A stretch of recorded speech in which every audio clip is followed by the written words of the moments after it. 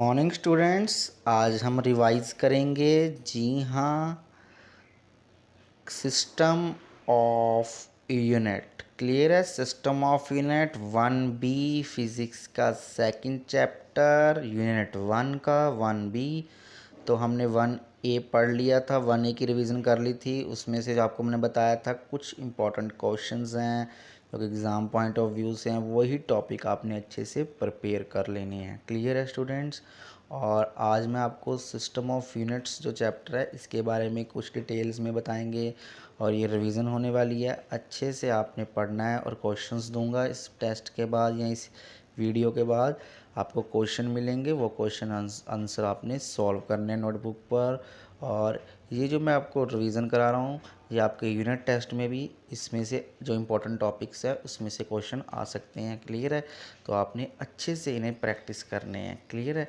तो वैसे तो मैं सारा चैप्टर ही वैसे रिवाइज कराऊंगा आपको, ठीक है, पर आपने इन्हें ध्यान से आपने लिख लिख के प्रैक्टिस करने हैं ताकि जो आपको जो पिछली बार जो समझा है अब आप रिवाइज करेंगे तो आपका पक्का हो जाएगा। क्लियर है? तो need for measurement. System of units जानने से पहले हम जानते हैं कि मेज़रमेंट की नीड क्यों पड़ी। हमें मेज़रमेंट पता है आपको, अगर कोई बॉडी नीचे अर्थ की ओर फॉल कर रही है या कोई स्कूटर चल रहा है तो हमें चाहिए था कि वो कितनी वेलोसिटी से चल रहा है। तो हमें पता होना चाहिए उसका मास कितना है, वो कितने टाइम पे पहुंचेगा कोई जगह पर। तो इसी कारण हमें मेज़रमेंट की ज़रूरत पड़ी है फिज़िक्स में। क्लियर है? क्लियर है? तो वो साइंस जो स्टडी और नेचर को डील करती है, हमें पता है उसे क्या कहते हैं, फिज़िक्स कहते हैं। ये तो हमें पता है। तो फिज़िक्स की जो मेज़रमेंट है वो फिज़िक्स की बैकबोन है। जो ऑब्जर्वेशंस हैं, जो उसकी ऑब्जर्वेशन मतलब हम क्या ऑब्ज़र्व करते हैं कितने टाइम पे कोई जो कि व्हीकल है एक पॉइंट से दूसरे पॉइंट पे पहुंचा और वो कितनी स्पीड से पहुंचा और कितना डिस्टेंस कवर किया है, वो सारा उसमें क्या आता है, उसे ऑब्ज़र्व किया है हमने। उसकी मेज़रमेंट करना फिर वो एक बैकबोन है किसकी, फिज़िक्स की। क्लियर है? तो ये आपको याद रखना है कि मेज़रमेंट की ज़रूरत क्यों पड़ी, ये क्वेश्चन पूछा जाता है आम। क्लियर है स्टूडेंट्स? अब जानते हैं कि ये जो मोजिंग प्रोसेस में पहली चीज़ क्या है, फिज़िकल क्वांटिटी। हमें फिज़िकल क्वांटिटी के बारे में जानना चाहिए, वो क्वांटिटी जो मेज़र हो सके। ऐसे नहीं कि अब मैं कहूँगा कि कोई बीमार है तो वो ऐसे तो नहीं कह सकते हम कि वो कितना बीमार है। तो हम कह सकते हैं उसको टेम्परेचर कितना है। हम क्या चीज़ मेज़र कर सकते हैं, उसकी टेम्परेचर मेज़र कर सकते हैं। तो ऐसे ही कुछ फिज़िकल क्वांटिटीज़ हैं जिनको हम बेस लेकर चलते हैं और उसे मेज़र कर सकते हैं और उसे कहते हैं फिज़िकल क्वांटिटी। क्लियर है?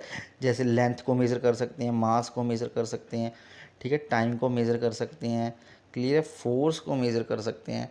ऐसी चीज़ों को कहेंगे हम जो कि मेज़रेबल है, उसे कहेंगे हम फिज़िकल क्वांटिटी।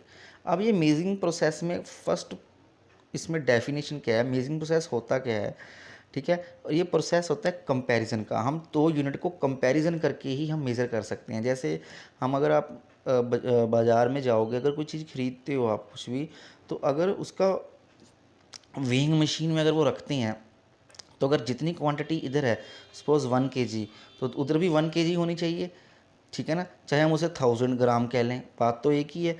बट हम क्या करते हैं, उसको कंपैरिजन करते हैं किसके साथ, इस 1 kg के साथ कंपैरिजन करते हैं। इस 1 kg को, जितना भी हमारा सामान है, दही हो, कुछ भी है, हम उसको इसके साथ मेज़र करते, कंपैरिजन करते हैं। तो measuring is a process of comparison. तो अगर कंपैरिजन करते हैं दोनों साइड यूनिट तो सेम है। तो पहली बात, कंपैरिजन में दो चीज़ें इंपॉर्टेंट होती है, एक न्यूमेरिकल वैल्यू और एक यूनिट। जैसे मैं लिखूँगा 10 kg, 10 is a numerical value, kg is a unit. So आप इसको ऐसे भी लिख सकते हैं, 10 kg is equal to 1000 gram.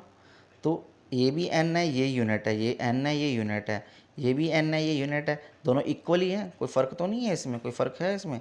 Clear है? Sorry, 10 kg is equal two into 10 होगा ना, और क्योंकि 1 kg 1000 ग्राम का होता है, तो 10 kg 10,000 ग्राम। ये थोड़ा सा आपने ध्यान रखना है।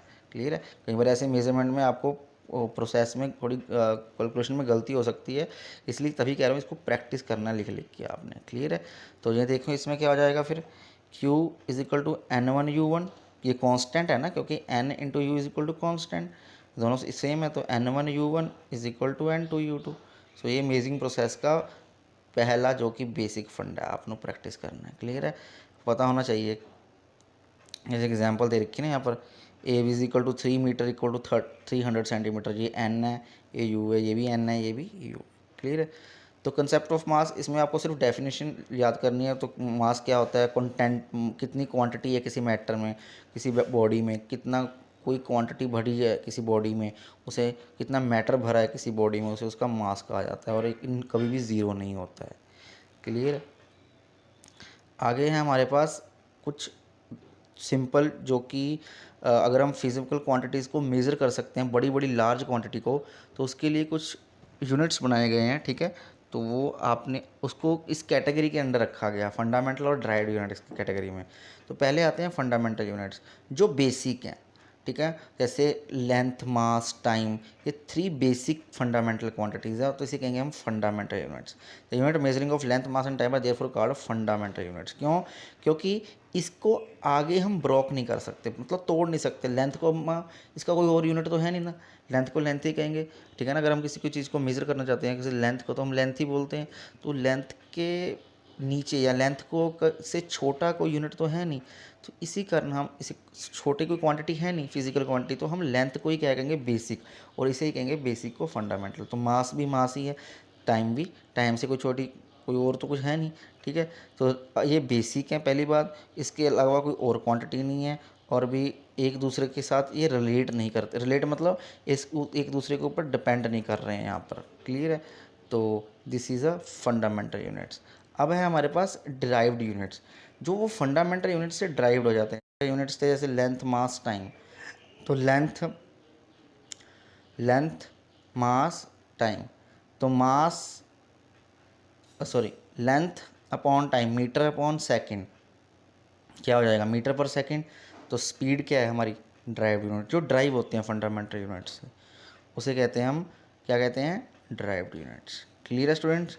आज आपको यहाँ तक स्टडी करना है, और इसके रिगार्डिंग कोई भी आपको डाउट होगा वो मुझे पूछना है। कल हम इसके बाद स्टडी करेंगे।